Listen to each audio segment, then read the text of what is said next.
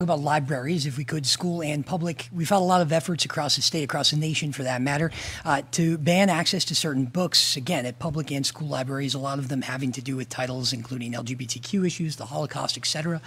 As governor, how do you make sure that kids have access to that inclusive literature who might be seeking it, while also making sure that parents and teachers feel heard on the issue? And I'll add that this has real life implications. We've had millages fail, and in my hometown of Grand Rapids, we've had libraries say that they are in danger of closing because people are voting against millages based on these issues. So again, I would ask you, Mrs. Dixon, what do you do as governor? How do you handle this? Yeah, what I've heard from parents across the state is inappropriate content in school libraries. That's the biggest concern that I'm hearing about. And we're talking about sexual content. We're talking about pornography in schools. Parents have risen up across the state. They've asked Gretchen Whitmer to comment, and she's been silent on this issue, so I'm anxious to hear what she has to say.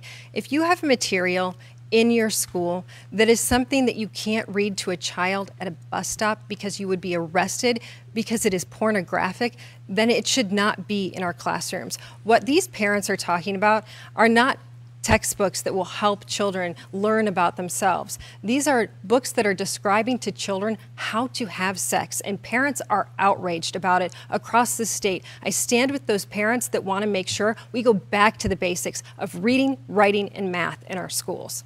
Thank you, Mrs. Dixon. Governor? Yes, so let me start with this.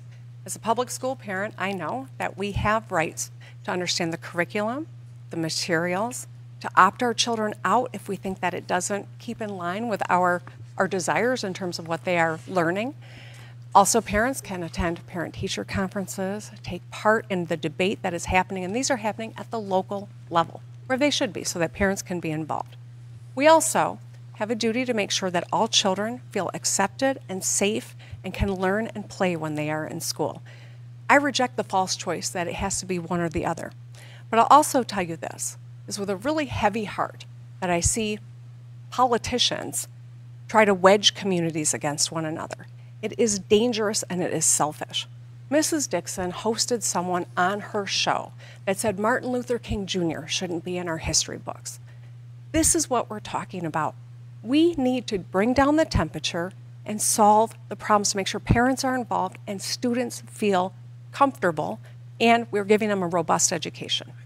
30 seconds, Mrs. Dixon. Well, I guess we've received the answer now that she is not going to stand with parents on this issue who are crying out across the state. In fact, I had a gentleman come up to me just a few nights ago, and he said, I found content in my school library describing how to have sex to my son.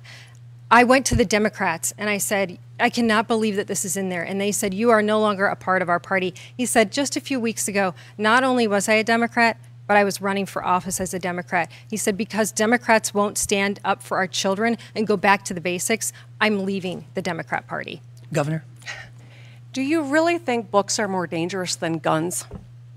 Like, do you really think that books pose a greater danger to our kids than gun violence does? Mrs. Dixon is trying to distract us. She's trying to divert attention from the fact that she's bankrolled by Betsy DeVos. She has endorsed Betsy DeVos's plan to drain $500 million out of our public schools, and that's why she's waging these fights. We have to protect our kids.